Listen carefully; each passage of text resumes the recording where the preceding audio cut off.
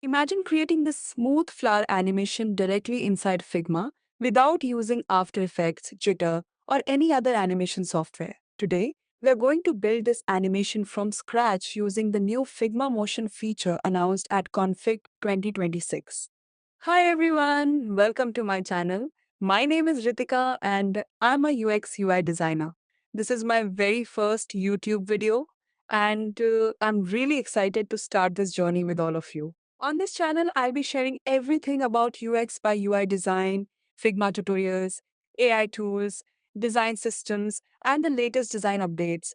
So if you're passionate about design, make sure to subscribe because there's a lot of exciting content coming your way. Now, let's stop talking and start creating.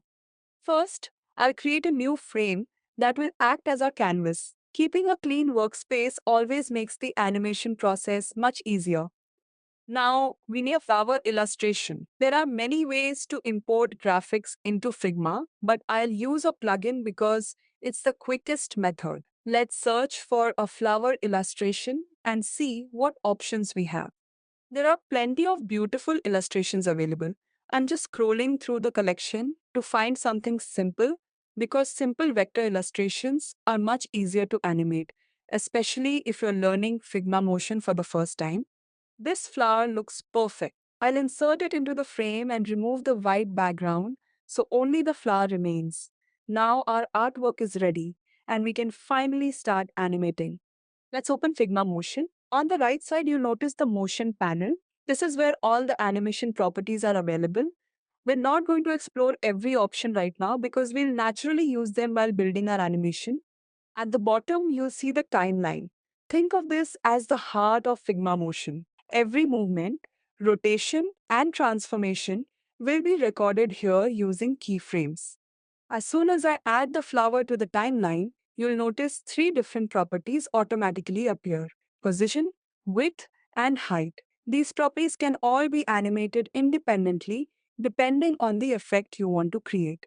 Let's begin with position. I'll move the playhead forward, create another keyframe, and drag the flower to a new location. At the same time, I'll rotate it slightly so the movement doesn't feel stiff. Small rotations always make animations feel much more natural.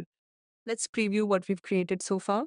You can already see the flower slowly floating across the screen.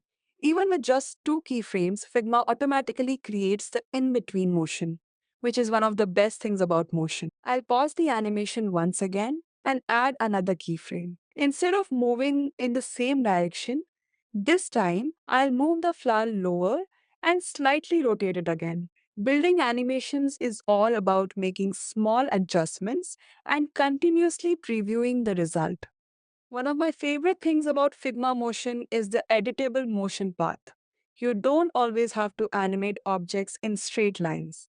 By selecting the vector path between two keyframes, you can simply drag the handles and change the direction of the movement. This makes creating organic animations incredibly easy. For this example, I'll keep adjusting the motion path until the flower follows a soft zigzag movement. I'm simply dragging the vector nodes, previewing the animation, making small changes, and repeating the process until it feels right. Now let's play the final animation. And there it is. We created a smooth floating flower animation completely inside Figma using keyframes, position, rotation, motion paths, and easing. The best part is that we didn't use any external animation software. This is just the beginning of what Figma Motion can do. In the next videos, we'll explore advanced features like auto keyframing, AI motion, components, and much more. Don't forget to subscribe to the channel and turn on notifications so you don't miss the upcoming Figma tutorials. Thank you so much for watching my very first YouTube video. Your support truly means a lot to me, and I'll see you in next one. Happy designing!